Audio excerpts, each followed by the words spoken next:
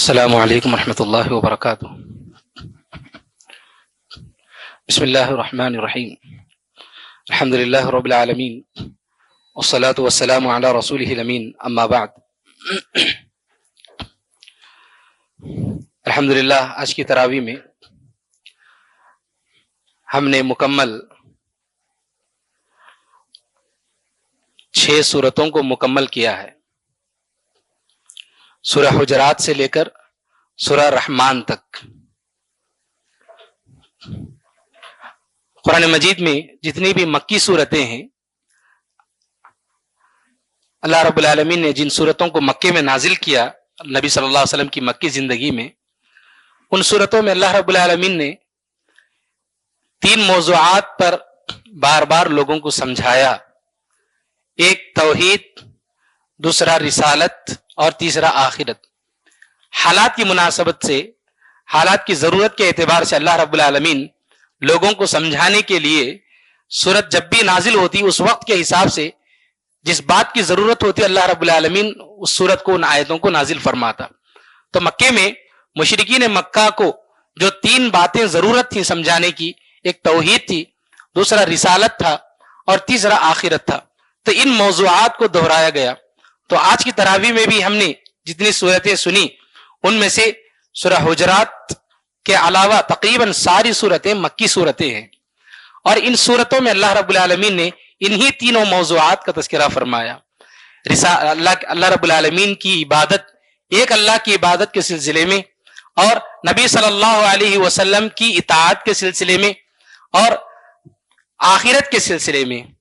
آخرت کے سلسلے میں بہت ساری آیتیں آئی۔ یہاں پر مشرکین مکہ کو بہت بڑا اعتراض تھا آخرت کے بارے میں، مذاق بنا کے رکھا تھا ان لوگوں نے۔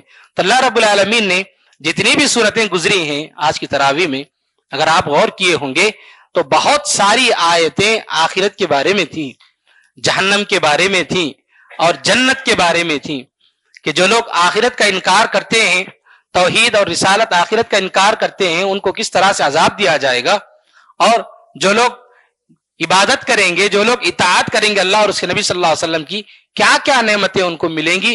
یہ ساری چیزیں آج کی اس ساری صورتوں میں آج ہم نے سنا۔ خصوصی طور پر آپ نے سورہ رحمان کو سنا ہوگا۔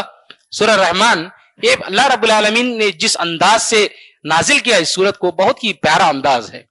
اس سورت میں اللہ رب العالمین نے جو نعمتیں انسان کو دی ہیں، انسان کا جنات کو بھی، دونوں کا تذکرہ فرمایا۔ انسان اور جن کو اللہ رب العالمین نے بہت ساری نعمتیں دی، اور بار بار اللہ رب العالمین نے سورت میں دہرایا فَبِأَيِّ آلَاءِ رَبِّكُمَا تُكَذِّبَانِ، کہ تمہارے رب کی جو نعمتیں ہیں، کن کن نعمتوں کا تم انکار کرو گے، کن کن نعمتوں کو تم جھٹلاؤ گے۔ کتنی نعمتیں اللہ رب العالمین نے بیان فرمائی کہ دنیا میں بھی یہ ساری نعمتیں ہیں، اور جو لوگ اللہ اور اس کے نبی صلی اللہ علیہ وسلم کی اطاعت کریں گے قیامت کے دن بھی انہیں بہت ساری نعمتیں ملیں گی۔ تو اللہ رب العالمین نے بار بار کہا کس نعمت کو تم جھٹلاؤ گے، رب العالمین کی کس نعمت کو تم جھٹلاؤ گے، اللہ رب العالمین نے بار بار تذکرہ فرمایا۔ تو سورہ حجرات آج کی پہلی سورت تھی۔ اس سورت میں بہت سارے موضوعات ہیں، اور یہ سورت مدنی سورت ہے۔ اسلامی معاشرے کو مضبوط بنانے کے لیے، اسلامی معاشرے کو بااخلاق بنانے کے لیے اللہ رب العالمین نے سورت کے اندر مسلمانوں کے جو آپسی تعلقات ہوتے ہیں اس سے متعلق احکامات کا تذکرہ فرمایا۔ ابتدائی 5 آیتوں میں اللہ رب العالمین نے اللہ اور اس کے نبی صلی اللہ علیہ وسلم کے آداب بیان فرمائے ہیں، کہ اللہ کے کیا آداب ہیں اور محمد صلی اللہ علیہ وسلم کے کیا آداب ہیں، اس کا تذکرہ فرمایا۔ تو پہلی آیت میں اللہ رب العالمین نے بیان فرمایا یا ایھا الذین آمنوا لا تقدموا بین یدی اللہ ورسولہ واتقوا اللہ، کہ اے ایمان والو تم اللہ اور اس کے رسول صلی اللہ علیہ وسلم سے آگے نہ بڑھو، جو کچھ بھی اللہ اور اس کے رسول صلی اللہ علیہ وسلم نے بتایا تم اس پر عمل کرو، اپنے آپ کو اس سے زیادہ نہ بڑھاؤ۔ دین کے معاملے میں، کسی بھی معاملے میں اپنے آپ کو تم زیادہ کر کے، یعنی کہ اللہ اور اس کے نبی صلی اللہ علیہ وسلم کی تعلیمات سے زیادہ تم اپنے آپ کو نہ بڑھاؤ۔ اللہ رب العالمین نے صاف صاف بتایا اور فرمایا واتقوا اللہ، اور اللہ رب العالمین سے ڈر کر کے زندگی گزارو۔ تو یہ صاف صاف بات اللہ رب العالمین نے یہاں پر بتائی، اور پھر اللہ رب العالمین نے یہ بات بتائی نبی صلی اللہ علیہ وسلم کے ادب کے سلسلے میں، یا ایھا الذین آمنوا لا ترفعوا اصواتکم فوق صوت النبی، کہ اے ایمان والو آپ نبی صلی اللہ علیہ وسلم کی آواز کے سامنے اپنی آواز کو اونچی نہ کرو، اپنی آواز کو بلند نہ کرو۔ صحابہ کرام میں سے ایک صحابی اللہ کے نبی صلی اللہ علیہ وسلم کی جب یہ آیت وہ سنے تو رونے لگے، بے تحاشا رونے لگے، اور آ کر انہوں نے کہا اللہ کے نبی میں نے اپنی آواز کو بلند کیا تھا، کیا میرے اعمال برباد ہو جائیں گے؟ اس آیت میں اللہ نے بتایا کہ آپ دوسروں کے سامنے جیسے بات کرتے ہو، نبی صلی اللہ علیہ وسلم کے سامنے بیٹھ کر آواز اونچی کر کے بات مت کرو۔ اگر ایسا ہوگا تو ممکن ہے آپ کو پتا بھی نہیں چلے گا اور آپ کے سارے اعمال برباد ہو جائیں گے۔ تو صحابہ کرام بہت ڈرتے تھے، اللہ کے نبی صلی اللہ علیہ وسلم کے سامنے بیٹھتے تو اپنی آواز کو اونچی کرنے سے ڈرتے تھے، دھیمی آواز سے بات کرتے تھے صحابہ کرام۔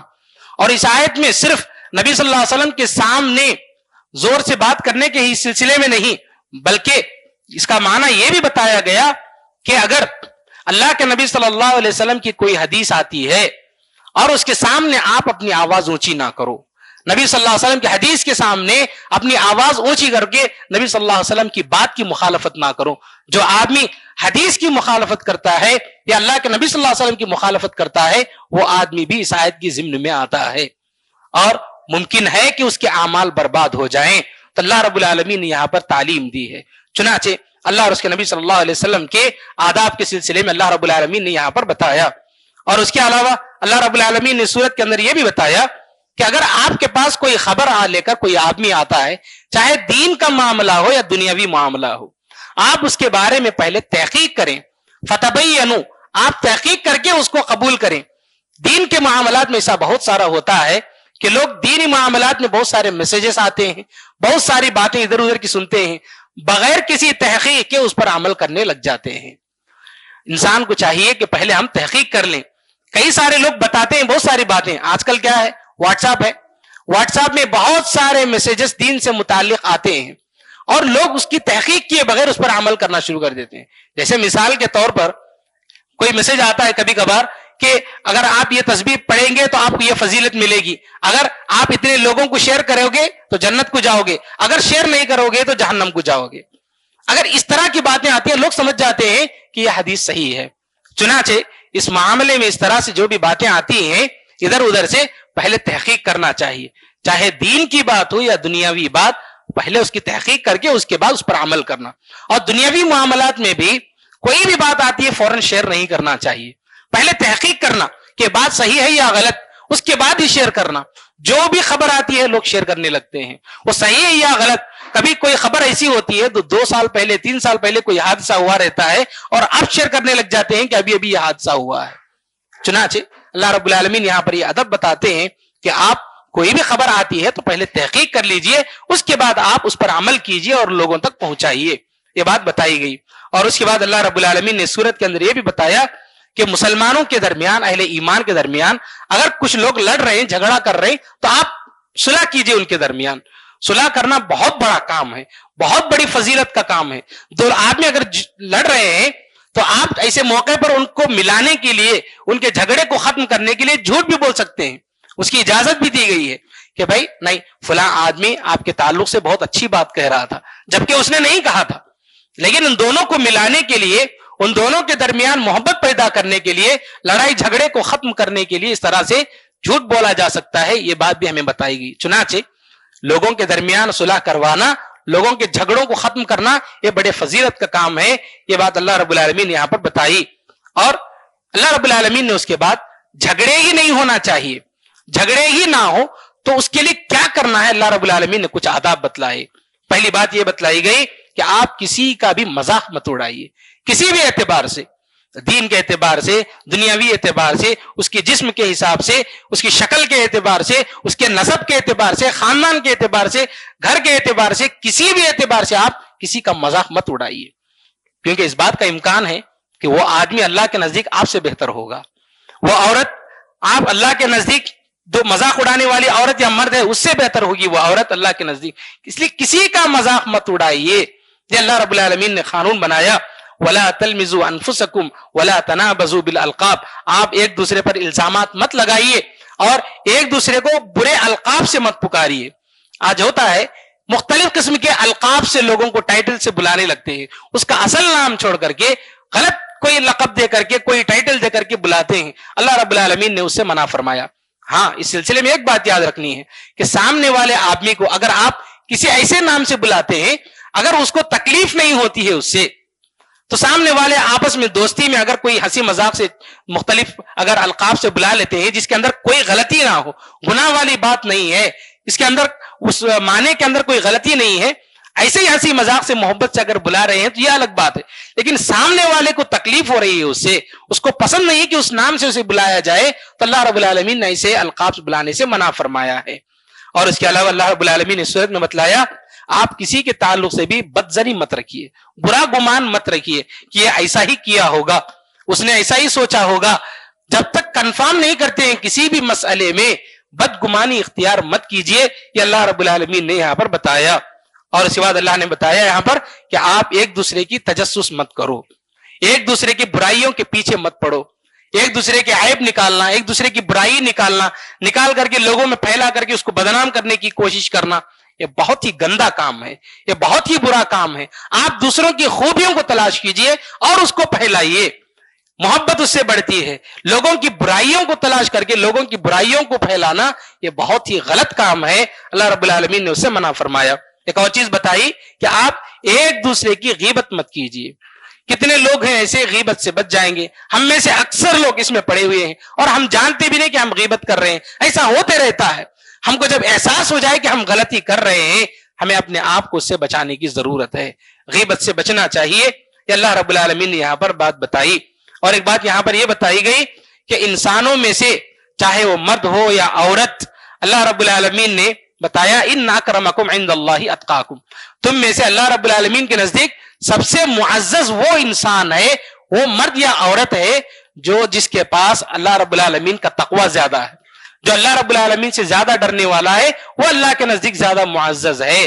آپ یہ ڈکلیئر مت کیجئے کہ میں بہت ہی اچھا انسان، وہ بہت اچھا انسان، یہ خراب انسان، آپ اپنی جانب سے یہ فیصلہ مت کیجئے۔ فیصلہ کرنے والا اللہ رب العالمین ہے، جو جتنا زیادہ اللہ سے ڈرنے والا ہے اللہ کے نزدیک وہ زیادہ معزز ہے۔ اللہ رب العالمین نے یہ بات بتائی۔ اس کے بعد کی سورت سورہ قاف، اس سورت میں اللہ رب العالمین نے قیامت سے متعلق یہ لوگ جو اعتراض کرتے تھے اس کا جواب دیا۔ یہ لوگ اعتراض کرتے تھے اذا متنا وکنا ترابا، کیا ہم مر جائیں گے، مٹی میں مل جائیں گے تو کیا ہم دوبارہ اٹھائے جائیں گے؟ ذالک رجع بعید، یہ تو بہت دور کی بات ہے، یہ ان لوگوں نے اس طرح کی باتیں کہی۔ تو غرض یہ کہ اس طرح سے یہ لوگ اعتراض کرتے تھے، تو اللہ رب العالمین نے ان لوگوں کو اس صورت کے اندر بہت ہی زبردست انداز سے سمجھایا، قیامت کا تذکرہ فرمایا، موت کا تذکرہ فرمایا۔ اور اس صورت میں اللہ رب العالمین نے انسان جو بھی کرتا ہے ہر چیز کی خبر اللہ رب العالمین کو ہے، اور ہر چیز کو لکھا جا رہا ہے، اللہ رب العالمین نے اس کا تذکرہ فرمایا۔ اللہ نے فرمایا وَلَقَدْ خَلَقْنَا الْإِنسَانَ، کہ ہم نے انسان کو پیدا کیا ہے، وَنَعْلَمُ مَا تُوَسْوِسُ بِهِ نَفْسُهُ، اور ہم جانتے ہیں کہ اس کے دل میں کیا وسوسے آ رہے ہیں، اس بات کو ہم جانتے ہیں۔ وَنَحْنُ أَقْرَبُ إِلَيْهِ مِنْ حَبْلِ الْوَرِيدِ، اور ہم اس کی جو جان کی رگ ہے، جو شہرگ ہے اس کی، اس سے بھی زیادہ ہم اس کے قریب ہیں۔ اللہ رب العالمین نے بتایا اور پھر فرمایا اِذْ يَتَلَقَّى الْمُتَلَقِّيَانِ، جو لینے والے ہوتے ہیں، دو لینے والے یعنی لکھنے والے، عن الیمین وعن الشمال، ہر انسان کے دائیں ایک اور بائیں ایک فرشتہ ہے، اور وہ ما یلفظ من قول الا لدیہ رقیب عتید، اپنی زبان سے انسان جو بھی بات نکالتا ہے، جو بھی کام کرتا ہے، یہ دونوں فرشتے اس کو لکھ لیتے ہیں۔ اچھا کام کرے گا تو دائیں بازو والا لکھ لیتا ہے، اگر کوئی غلط بات بول دیا، غلط کلمہ نکال دیا، بائیں بازو والا لکھ لیتا ہے فرشتہ۔ تو اللہ رب العالمین نے یہاں پر بتایا کہ ہر چیز کو ریکارڈ کیا جا رہا ہے، یہ مت سمجھیے کہ آپ کر رہے ہیں تو ایسے ہی چھوڑ دیا جائے گا، نہیں، اللہ رب العالمین سب کچھ دیکھ رہا ہے، ہر چیز کو محفوظ کیا جا رہا ہے، اور قیامت کے دن کھول کر کے سب کے سامنے پیش کیا جائے گا۔ یہاں پر اس آیت میں ایک مسئلہ ہے وَنَحْنُ أَقْرَبُ إِلَيْهِ مِنْ حَبْلِ الْوَرِيدِ، کہ ہم انسان کی جو جان کی رگ ہے شہرک، اس سے بھی زیادہ قریب ہیں۔ اس سے کیا مراد ہے؟ کیا اللہ رب العالمین حقیقی معنوں میں ہمارے قریب ہے؟ اللہ رب العالمین یہاں پر قریب نہیں ہے، بلکہ اللہ رب العالمین کا علم ہر جگہ موجود ہے۔ اللہ رب العالمین کہاں پر ہے؟ بہت ہی آسان مسئلہ ہے۔ اللہ رب العالمین نے قرآن مجید میں بتایا اللہ عرش پر مستوی ہے، اس سے پہلے بھی اس کا تذکرہ آیا، لیکن یہ ایک بہت ہی بڑا مسئلہ ہے۔ مسئلہ یہ ہے کہ بہت سارے لوگ سمجھتے ہیں کہ اللہ رب العالمین ہر جگہ موجود ہے۔ اللہ رب العالمین ہر جگہ موجود ہے، اس مسئلے کو وحدت الوجود کہا جاتا ہے۔ یہ مسئلہ ایسا ہے کہ یہ عیسائیوں کا عقیدہ تھا۔ یہ یہودیوں کا عقیدہ تھا، یہ آگ پرست جو لوگ تھے ان کا عقیدہ تھا، یہ صوفیوں کا عقیدہ ہے، اور بہت سارے ایسے غلط عقائد کے لوگ ہیں جو اللہ رب العالمین کے سلسلے میں عقیدہ رکھتے ہیں کہ اللہ ہر جگہ موجود ہے۔ اگر اللہ ہر جگہ موجود ہے، جو آدمی یہ عقیدہ رکھتا ہے وہ شرک کا عقیدہ رکھتا ہے، کیونکہ شرک کی شروعات ایسے ہی ہوئی کہ اللہ ہر جگہ موجود ہے، درخت میں اللہ موجود ہے، چلو درخت کی پوجا کر لیے، پتھر میں اللہ موجود ہے، پتھر کی پوجا کر لیے، یہاں تک کہ لوگوں نے یہ ماننا شروع کر دیا کہ اللہ رب العالمین انسان کے اندر بھی موجود ہے، تو انسانوں کی عبادت کرنا شروع کر دیا۔ ایسے ہی ہوا۔ اب عیسیٰ علیہ السلام کے سلسلے میں کیا عقیدہ آیا؟ انہوں نے کہا کہ عیسیٰ علیہ السلام آئے اللہ کے اوتار میں، اللہ کے اوتار میں آئے، اور بعض لوگوں نے یہ کہا کہ اللہ رب العالمین ہی ان کے جسم کے اندر ہے۔ اس طرح کی باتیں یہ لوگ کر کے اپنے مذہب کو بگاڑ لیے۔ یہودیوں نے بھی ایسے ہی بگاڑ لیا، مشرکین نے بھی بگاڑ لیا۔ آج مسلمانوں میں سے ایک بڑی تعداد اس بات پر یقین رکھتی ہے کہ اللہ کہاں پر موجود ہے؟ ہر جگہ موجود ہے کہتے ہیں۔ یہ شرکیہ عقیدہ ہے۔ ہمارا عقیدہ بالکل صاف صاف ہونا چاہیے۔ ہمارا ایمان یہ ہے کہ اللہ رب العالمین عرش پر مستوی ہے۔ دنیا میں اللہ رب العالمین کبھی نہیں آتا ہے، اللہ رب العالمین اس دنیا میں کبھی نہیں آتا ہے، نہ خود آتا ہے، نہ کسی انسان کی شکل میں آتا ہے، نہ کسی انسان کے جسم میں داخل ہوتا ہے۔ یہ سب شرکیہ اعمال ہیں۔ آپ اٹھائیں گے بعض کتابیں ایسی ہیں جو جھوٹے قصے کہانیاں کی ہیں، آپ اس میں دیکھیں گے تو ایسی ایسی کہانیاں لکھی ہوئی ہیں کہ اللہ رب العالمین نعوذ باللہ کسی فقیر کی شکل میں آ کر انسان کو آزماتا ہے۔ یہ سب شرکیہ باتیں ہیں، ایسا عقیدہ صحیح نہیں ہے۔ اللہ رب العالمین کے عرش پر مستوی ہونے کے سلسلے میں ایک اور حدیث آتی ہے کہ اللہ رب العالمین ہمیشہ عرش پر مستوی رہتا ہے، لیکن تہجد کا جو وقت ہوتا ہے اس وقت میں اللہ رب العالمین آسمان، جو دنیا کا پہلا آسمان ہے، اس آسمان کو اللہ رب العالمین آتا ہے اور آواز لگاتا ہے کہ اے لوگو، اے میرے بندو، جو مجھ سے مانگنا چاہتے ہیں مانگو میں دوں گا، جو مغفرت طلب کرنا چاہتے ہیں میں معاف کر دوں گا۔ اللہ رب العالمین اعلان کرتا ہے۔ تو ہمارا عقیدہ یہی ہے، ایک عرش پر مستوی ہے، اور دوسرا تہجد کے وقت میں پہلے آسمان پر اللہ رب العالمین آتا ہے اور پھر چلے جاتا ہے۔ دنیا میں اللہ رب العالمین آتا ہے یا ہر جگہ موجود ہے یا پھر انسان کی شکل میں آتا ہے، یہ سب شرکیہ عقائد ہیں۔ اس کے سلسلے میں ہمارا عقیدہ بالکل پاک صاف ہونا چاہیے۔ اس آیت سے غلط استدلال لوگ کرتے ہیں، وہ اس بات کو ہمیں جان لینا چاہیے۔ اور اس صورت میں اللہ رب العالمین نے موت کی جو سکرات ہوتی ہے اس کا تذکرہ فرمایا، وجاءت سکرۃ الموت بالحق۔ موت کی جو سکرات کی جو حالت ہوتی ہے وہ حق ہے، وہ انسان کو آتی ہے۔ اللہ کے نبی صلی اللہ علیہ وسلم کو بھی سکرات کی حالت آئی تھی۔ اللہ کے نبی صلی اللہ علیہ وسلم کی وفات سے پہلے آپ صلی اللہ علیہ وسلم کے بازو کٹورے میں پانی رکھا ہوا تھا۔ آپ صلی اللہ علیہ وسلم کو تکلیف ہو رہی تھی، آپ صلی اللہ علیہ وسلم کٹورے میں پانی میں ہاتھ رکھتے اور پانی سے جو ہے پھر اپنا چہرہ جو ہے مل لیتے تھے، پھیر لیتے تھے۔ تو یہ سکرات کی حالت تھی۔ انسان کو، ہر انسان کو سکرات کی حالت آتی ہے، اس لیے کہا جاتا ہے کہ اگر کسی انسان کو سکرات کی حالت آ گئی تو آپ اس کے پاس جا کر بیٹھے۔ سکرات کی جو حالت ہوتی ہے وہ بڑی بھیانک ہوتی ہے۔ بعض لوگوں کو، انسان کو آپ دیکھیں گے جو سکرات کی حالت میں کچھ لوگوں کو کہ 3 دن تک ان کو سکرات کی حالت میں وہ لوگ رہتے ہیں، اور ان کے حلق سے جو آواز آتی ہے، اور دن بدن یہ سکرات کی حالت بڑھتی جاتی ہے۔ پہلا دن تھوڑی دھیمی ہوتی ہے، دوسرا دن کچھ بڑھ جاتی ہے، تیسرا دن ہاتھ پیر جسم کام کرنا بند کر دیتا ہے، بس ان کے حلق سے ایک آواز نکلتی ہے، وہ آواز بڑی بھیانک ہوتی ہے۔ انسان جب اس کو دیکھتا ہے تو اس کی موت کی یاد تازہ ہوتی ہے۔ چنانچہ یہ سکرات کی جو حالت ہے یہ حق ہے، اس میں کوئی شک نہیں ہے۔ اگر کسی کو اس حالت آتی ہے تو ہمیں جانا چاہیے، بیٹھنا چاہیے، دیکھنا چاہیے، تاکہ موت کی یاد تازہ ہو۔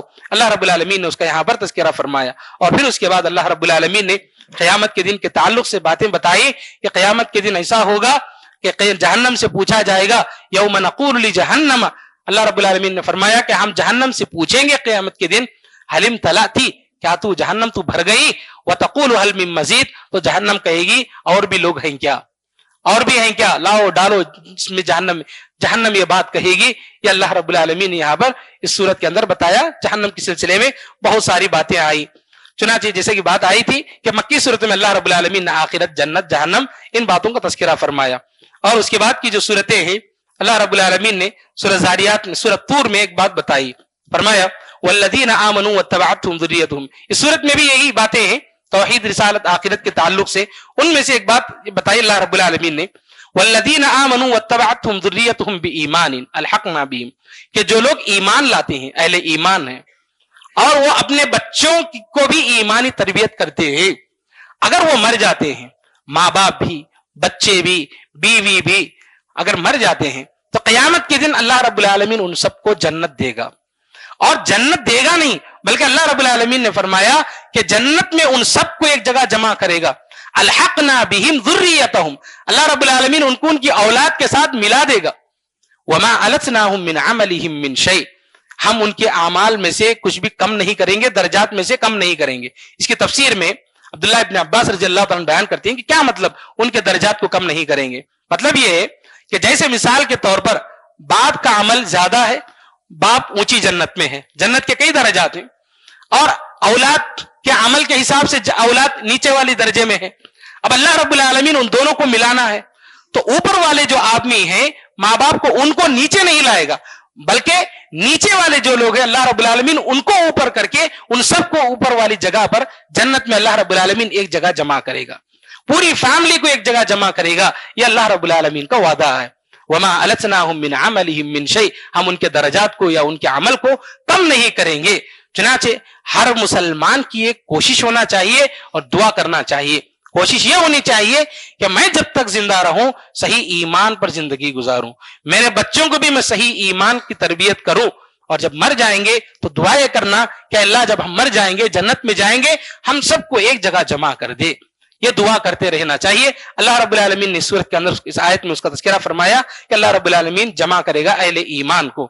اور اس کے بعد کی جو سورت ہے سورہ نجم، سورہ نجم میں اللہ رب العالمین نے بتایا کہ وہ لوگ اللہ کے نبی صلی اللہ علیہ وسلم کو شاعر کہتے، مجنون کہتے، یعنی دیوانہ کہتے، نعوذ باللہ کیا کیا باتیں کرتے، تو اللہ رب العالمین نے سورت کے اندر بتایا کہ محمد صلی اللہ علیہ وسلم ایسے بھٹکے ہوئے راستے پر نہیں ہیں اور کسی غلط راستے پر نہیں ہیں، بلکہ وہ جو بھی اپنی زبان سے نکالتے ہیں وما ينطق عن الهوى ان هو الا وحی یوحى، وہ اپنی زبان سے جو بھی بات نکالتے ہیں وہ وحی کے ذریعے بتائی ہوئی بات ہوتی ہے، اپنی منمانی کوئی بات نبی صلی اللہ علیہ وسلم نہیں کرتے ہیں۔ اور نبی صلی اللہ علیہ وسلم نے بیان فرمایا حدیث کے اندر کہ اس زبان سے، آپ صلی اللہ علیہ وسلم نے اشارہ کرتے ہوئے اپنے منہ کی طرف فرمایا، اس زبان سے، میری اس زبان سے جو بھی نکلتا ہے وہ حق ہے، حق کے سوا کچھ نہیں نکلتا ہے، کہ اللہ کے نبی صلی اللہ علیہ وسلم نے بتایا۔ اب میں یہاں پر ایک مسئلہ یہ سمجھانا چاہتا ہوں کہ قرآن اور حدیث دلیل کے اعتبار سے، حجت کے اعتبار سے کیا دونوں ایک ہیں یا اونچ نیچ ہے؟ اس کے اندر اس میں کوئی شک نہیں کہ حجت کے اعتبار سے، دلیل کے اعتبار سے، یعنی اگر آپ پروف دینا ہے آپ کو اسلام کے اعتبار سے، تو قرآن اور حدیث دونوں کا مقام ایک ہے، بالکل ایک ہے دلیل کے اعتبار سے۔ تلاوت کے اعتبار سے دونوں کا حکم الگ الگ ہے۔ فرق کیا ہے؟ قرآن آپ پڑھیں گے، ہم پڑھیں گے تو ہر حرف پر 10 نیکیاں ہیں، اللہ رب العالمین نے قرآن کے تعلق سے بتایا۔ حدیث کے تعلق سے وہ بات نہیں بتائی گئی، حدیث ہم پڑھیں گے تو اس کا اجر ملے گا، لیکن وہ جو فضیلت بتائی گئی کہ ایک حرف پر 10 نیکیاں، وہ نہیں ہے حدیث کے لیے۔ قرآن اللہ رب العالمین نے معنی بھی اور اس کے جو ورڈز ہیں، کلمات، دونوں بھی اللہ رب العالمین کی جانب سے نازل ہوئے، لیکن حدیث معنی اللہ کی جانب سے ہے لیکن کلمات محمد صلی اللہ علیہ وسلم کی جانب سے، جو ورڈز ہیں وہ اللہ کے نبی صلی اللہ علیہ وسلم کی طرف سے، لیکن حجت کے اعتبار سے، دلیل کے اعتبار سے دونوں ایک ہیں۔ بعض لوگوں کے پاس یہ مسئلہ ہے، کہتے ہیں کہ قرآن سب سے اونچا، اس کے بعد نیکسٹ اسٹیپ حدیث، ایسا کہتے ہیں کہ قرآن سے پہلے ہم اس کو پریفر کریں گے، اس کے بعد حدیث کو دیکھیں گے۔ جیسے میں ایک بات بتاتا ہوں، کہتے ہیں کہ اگر قرآن اور حدیث میں کہیں کلیش ہو جائے کسی مسئلے میں تو ہم کیا کریں گے؟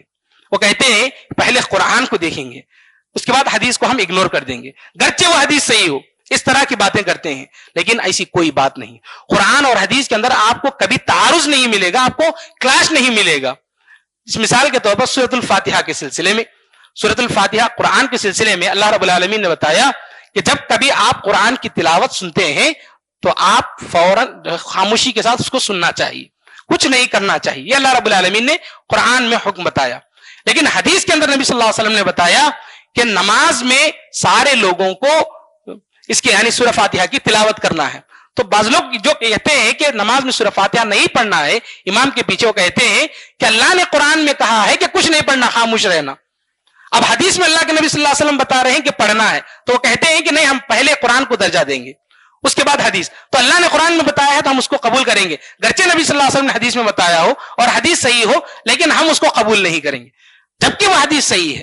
تو اس طرح سے لوگ اس طرح کی غلط باتیں کرتے ہیں, جبکہ مسئلہ یہ ہے, صحیح ہے کہ اللہ نے قرآن میں بتایا کہ جب کبھی قرآن کی تلاوت ہو تو سنیے, ایکسپٹ قرآن مجید, یعنی نماز میں کیا کرنا ہے, سورہ فاتحہ پڑھنا ہے. تو قرآن کی وضاحت اللہ کے نبی صلی اللہ علیہ وسلم نے احادیث میں کی ہے. اگر کوئی آدمی یہ کہے کہ میں حدیث کو نہیں مانتا, قرآن کو پریفر کروں گا, تو آپ نماز 5 وقت پڑھنا ہے قرآن سے ثابت کیجئے. ظہر کی نماز 4 رکعت, فجر کی نماز 2, عصر کی نماز 4, مغرب کی نماز 3 رکعت اور عشاء کی نماز 4 رکعت. آپ قرآن سے ثابت کیجئے. قرآن میں کہاں لکھا ہوا ہے؟ نہیں ہے. اس کی وضاحت اللہ کے نبی صلی اللہ علیہ وسلم نے حدیث میں کی ہے. تو دلیل کے اعتبار سے قرآن اور حدیث اونچ نیچ نہیں ہے, دونوں برابر ہیں.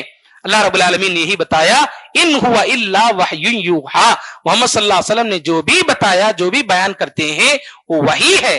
اللہ رب العالمین جو وحی نازل کرتا ہے, قرآن بھی وحی ہے اور حدیث بھی وحی ہے, دونوں بھی ایک ہیں. یہ اللہ رب العالمین نے یہاں پر مسئلہ بتایا. چنانچہ اس سلسلے میں ہمارا عقیدہ بالکل صاف ستھرا ہونا چاہیے. اور اس صورت میں اللہ رب العالمین نے مشرکین کی جو دیویاں تھیں, دیوتا تھے ان کے, اس کے سلسلے میں بتایا لات, عزا, منات. لات مفسرین نے بتایا کہ دراصل اللہ رب العالمین کا جو نام ہے اللہ, اللہ کا نام بدلا کر ان لوگوں نے لات بنا دیا, اللات. اور یہ نام دیکھیے ان لوگوں نے, اس کو انہوں نے مؤنث بنایا, یعنی یہ کہ لڑکیوں کے جو نام ہوتے ہیں وہ اس میں تبدیل کر دیا اللات. اور اس کے بعد عزا, جبکہ دراصل میں کیا تھا نام, العزیز. اللہ کا جو نام ہے العزیز, اس کو ان لوگوں نے بدلا کر کے عزا بنا دیا. اور منات, المنان جو نام ہے اس کو تبدیل کر کے انہوں نے منات بنا دیا. اس طرح سے ان بتوں کی یہ لوگ عبادت کیا کرتے تھے. جب اللہ کے نبی صلی اللہ علیہ وسلم نے ایک مرتبہ خالد بن ولید رضی اللہ تعالیٰ کو حکم دیا کہ آپ جاؤ, عزا نامی بت وہاں پر ہے, اس کو توڑ کر کے آؤ. تو خالد بن ولید رضی اللہ تعالیٰ گئے, اس کو توڑ دیا, وہاں پر پورا ختم کر دیا, اور پھر واپس آئے. تو اللہ کے نبی صلی اللہ علیہ وسلم نے فرمایا کہ آپ نے پورا کام نہیں کیا. تو خالد بن ولید رضی اللہ تعالیٰ دوبارہ گئے تو دیکھا کہ وہاں پر مشرکین جمع ہیں, یا عزا کے نام سے نعرے لگا رہے ہیں. اور وہاں پر ایک عورت کھڑی ہوئی تھی جو بالکل برہنہ تھی اور مٹی اٹھا کر اپنے سر پر ڈال رہی تھی. خالد بن ولید رضی اللہ تعالیٰ گئے, اپنے تلوار سے اس کو ایک ہی وار میں اس کو ختم کر دیا. جب واپس آئے تو اللہ کے نبی صلی اللہ علیہ وسلم نے فرمایا کہ ہاں وہ عورت ہی عزا تھی. یہ اللہ کے نبی صلی اللہ علیہ وسلم نے بتایا. تو چنانچہ یہ مشرکین کے جو بت تھے, اللہ رب العالمین نے اس کا تذکرہ فرمایا کہ سب تم لوگوں نے اپنی جانب سے گھڑ لیے ہیں. یہ ساری باتیں اللہ رب العالمین نے بتائی. ایک اہم بات اس صورت میں بتائی گئی وہ یہ ہے, الذین یجتنبون کبائر الاثم والفواحش الا اللمم, کہ یہ تعلیم دی گئی کہ آپ بڑے گناہ جتنے بھی ہیں, کبیرہ گناہوں سے بچا جائے. کبیرہ گناہ جتنے بھی ہیں, بڑے گناہ ان سے بچا جائے.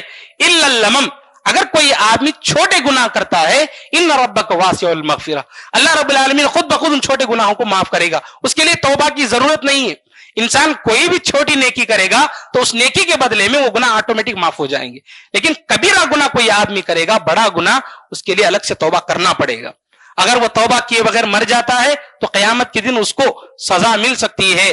تو اس بارے میں بتایا گیا کہ الذین یجتنبون کبائر الاثم والفواحش, جو لوگ کبائر الاثم بڑے گناہوں سے اور فواحش سے, فحش جو گندے کام ہیں ان سے بچتے ہیں, الا اللمم, سوائے چھوٹے گناہ کے, تو پھر اللہ رب العالمین چھوٹے گناہوں کو معاف کرے گا. یہ بڑے گناہوں میں بھی, بڑے گناہ 70 قسم کے علماء نے بتائے ہیں, بہت ساری قسمیں ہیں بڑے گناہوں کی. بڑے گناہوں میں سے بھی کچھ بڑے گناہ ہیں. اللہ کے نبی صلی اللہ علیہ وسلم نے حدیث میں بتایا, اجتنبوا السبع الموبقات, 7 بڑے بڑے خطرناک اور برباد کرنے والے گناہوں سے بچو. بڑے میں سے بھی بڑے گناہ وہ کون سے ہیں؟ فرمایا الشرک باللہ, اللہ کے ساتھ شرک کرنا, یہ سب سے بڑا گناہ, انسان ہمیشہ کے لیے جہنم میں رہے گا.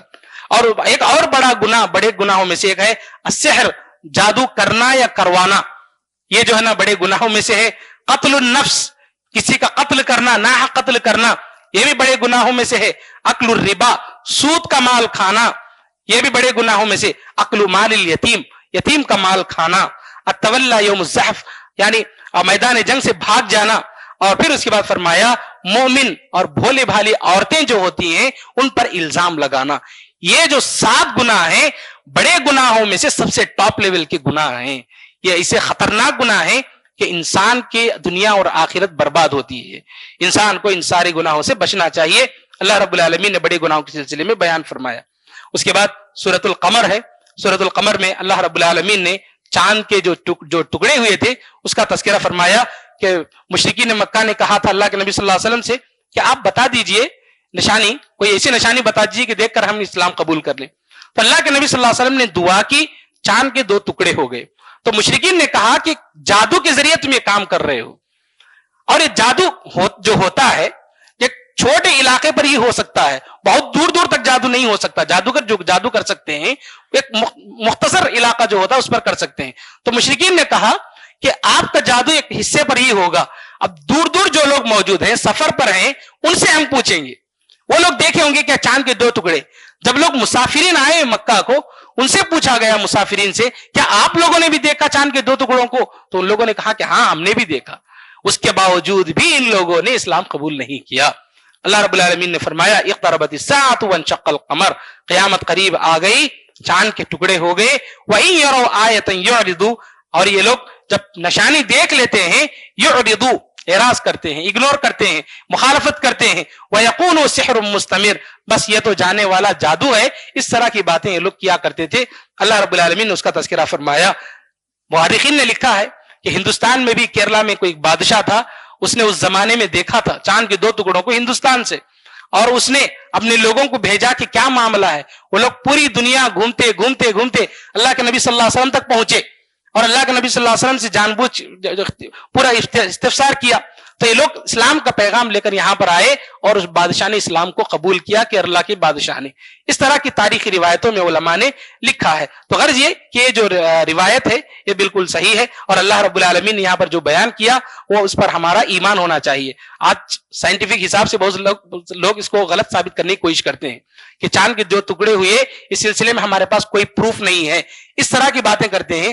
ہمارے لیے کوئی پروف نہیں چاہیے، ہم کو قرآن کی آیت چاہیے.